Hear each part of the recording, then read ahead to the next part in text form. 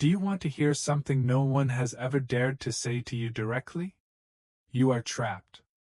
Yes, you. Not metaphorically. Not hypothetically. You are imprisoned inside a cage so subtle, so invisible, that you forgot it was ever built. And the cruelest part? You are the one who laid every single brick. Every time you second-guessed yourself because of what others might think. Every time you said yes, when your heart screamed no. Every time you smiled to keep the peace while something inside you wanted to shatter the room. You weren't keeping yourself safe. You were slowly burying your true self beneath a mountain of fake calm and calculated survival. Do you feel it now? That tightness in your chest. That inner pressure that doesn't go away no matter how organized your life looks. That's not stress. That's not anxiety. That is the crushing weight of a life lived for everyone, except you. You've become a flawless performer in a show that no one even paid to attend.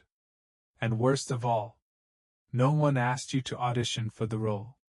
No one demanded you erase your essence, silence your intuition, or become a polished mask of who you used to be. You volunteered. And you did it for something fleeting: approval, acceptance, applause that fades before you even leave the stage. Now stop. Look inside. What's left? What part of you still belongs to you? And what part was shaped by fear, by insecurity, by that aching need to belong? What percentage of your thoughts are truly yours? And how many are echoes of someone else's expectations? You were sold a lie. They told you that control equals safety. That if you just planned, prepared, perfected, you could avoid chaos, avoid judgment, avoid failure. But here's the truth. Control is the most seductive trap of all. Do you want to hear a truth that most people will never tell you, because even they are too afraid to admit it? Absolute control is a myth. It's a mental illusion, a false promise carefully crafted to keep you occupied. Occupied with planning, preparing, perfecting, so that you never have the time to ask the only question that matters. Is this even the life I want? The tighter you grip the steering wheel of control, the more disconnected you become from what truly matters. You become a manager of outcomes, a calculator of risks, a full-time analyst of future disasters that haven't even happened. You convince yourself that by predicting every possible scenario, you can avoid failure. But instead, you fall into a different trap. You begin to live in a life you never actually experience, because you're too busy preparing for one that never arrives. Have you ever felt that haunting emptiness, even when everything on paper looks perfect? The relationship, the job, the home, the image, it's all there. And yet there's this void. That hollow space in your chest that doesn't go away. That quiet whisper at night when the world is silent and you finally ask, if I've done everything right, why do I feel so wrong? That feeling isn't failure. It's not depression. It's the ache of disconnection, the spiritual nausea that comes from building a life shaped entirely by fear of how others perceive you. You've crafted an identity that looks impressive, sounds successful, and fits every mold society rewards. But none of it is yours. And deep down you know it. Because your laughter is rehearsed. Your ambition is borrowed. And your dreams were handpicked from a list of what's socially acceptable. Here's the paradox no one wants to talk about. The more you try to control life, the less control you actually have. The more you try to please others, the less of yourself remains. The more you resist change, the more violently it arrives. You've been told that letting go is weakness. That surrender means giving up. But what if that's another lie? Michel de Montaigne, riding alone in his tower centuries ago, saw what we still struggle to admit today. We are not imprisoned by our circumstances.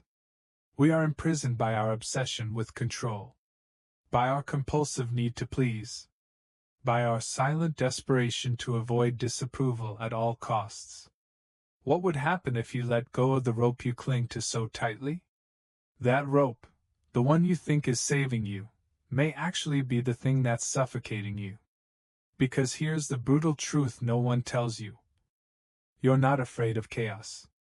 You're afraid of discovering who you are without control. You fear that if you strip away the expectations, the roles, the identities you perform, you'll be left with nothing. And that's what truly terrifies you. You've spent so long being what others wanted you to be, you no longer know where the role ends and the real you begins. And letting go feels like death. But in truth, it's birth. You're not losing yourself, you're finally making space to meet yourself. Montaigne called this detachment, but it's not coldness. It's not apathy. It's the radical decision to stop identifying with a persona that never truly belonged to you. Let me ask you something uncomfortable. Who would you be without the fear of judgment? Take a second. Close your eyes and imagine it. No eyes watching you. No approval needed. No checklist of how to behave. Just you. Raw. Unfiltered. Free. That person, the one in your imagination, breathing without permission, is not a fantasy. That's who you really are. You just haven't met them in a long time.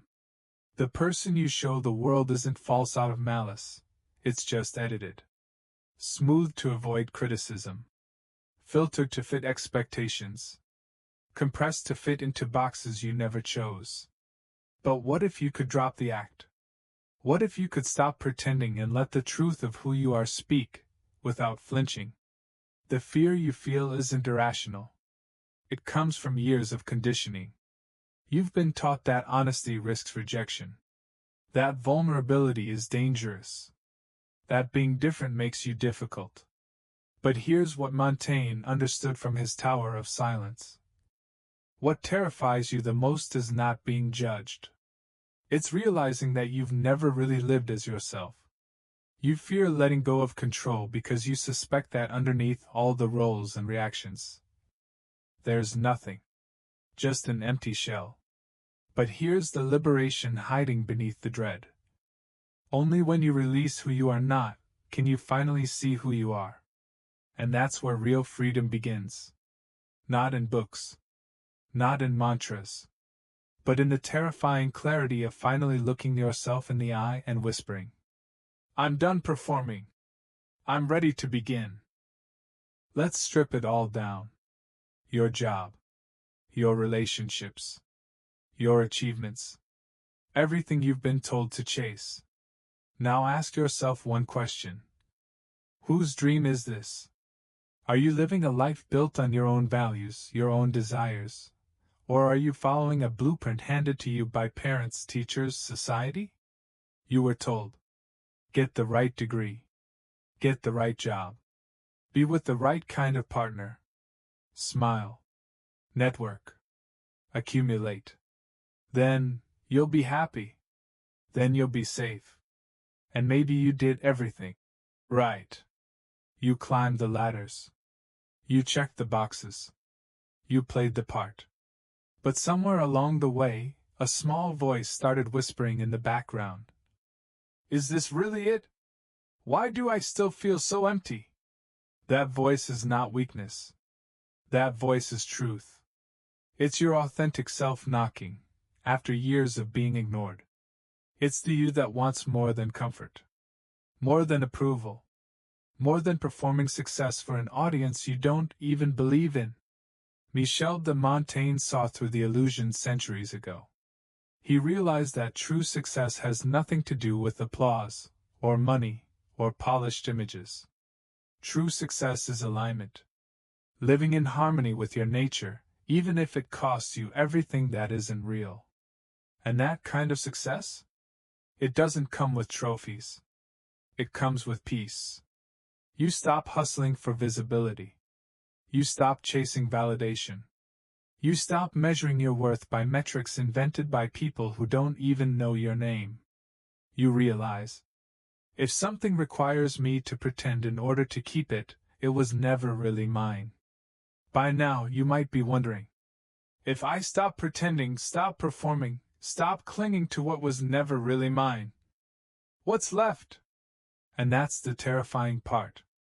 Because once you peel back the layers, the masks, the roles, the identities others applauded but never truly saw, you might find yourself standing in front of a mirror, with nothing familiar staring back.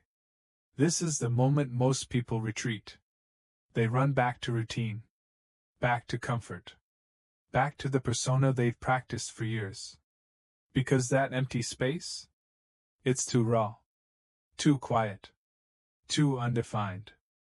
But here's what Michel de Montaigne knew, sitting alone in his tower, surrounded by silence. That silence? That terrifying emptiness? That's where your truth begins. Real freedom doesn't feel like fireworks. It feels like stillness. It feels like not knowing who you are, yet trusting that what will emerge is finally yours. We've been taught that freedom means doing what we want, when we want. But that's not freedom. That's indulgence. True freedom is much harder. It's the courage to face the version of you that's been buried beneath years of pretending.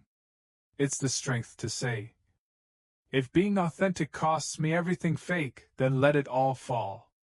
Because here's the secret nobody tells you. What's truly yours doesn't need you to lie to keep it. It doesn't demand performance. It doesn't punish truth. Everything that falls away when you become real was never meant to stay. Have you ever considered this? That the way you narrate your life might be more powerful than the facts of your life itself? We are not just living beings. We are storytelling beings. And the stories we tell ourselves about who we are, what we deserve, what's possible, those stories silently become the scripts we live by. You tell yourself, I'm not brave. I'm bad with change. I always mess things up. And your life begins to reflect the story, even if the story isn't true. Because here's the thing. The brain doesn't care whether a story is empowering or destructive. It only cares that the story is familiar. And familiarity breeds belief. So we repeat these inner monologues, day after day, year after year, until they become reality. Not because they were ever real, but because we never rewrote them. Michel de Montaigne understood that the self is not a fixed object. It's a fluid narrative, constantly evolving. And we are its authors, whether we accept that role or not. The power of your story is not just in what it says, but in your willingness to change the ending. You can revise the lines. You can reclaim the chapters written by someone else. You can interrupt the inherited myths about your worth, your limits, your identity. Because you're not just a character. You are the narrator. And that means you can begin again, right now. You've spent so much time trying to become someone. To define, refine, improve. To arrive at a version of yourself that finally feels complete. But here's what no one tells you. There is no final version. There is no finished product. There is only you, alive, evolving, becoming. And that's not a flaw. That's freedom. Michel de Montaigne didn't write to prove he had all the answers. He wrote to prove that it was okay not to. He showed us that doubt isn't weakness. That uncertainty isn't failure. That changing your mind is not inconsistency, but intelligence. You are not broken for not having it all figured out. You are human. And maybe, just maybe, you were never meant to be fixed. You were meant to be felt. You were meant to live, not like a perfectly composed essay, but like an honest, trembling, unfinished poem. The most beautiful parts of you will never be the polished ones. They will be the ones you dared to show before they were ready. So stop asking, who am I supposed to be? And start whispering, who am I right now, in this moment? Because that is where your life actually happens. Not in the future you're trying to perfect, but in the truth you're willing to feel now.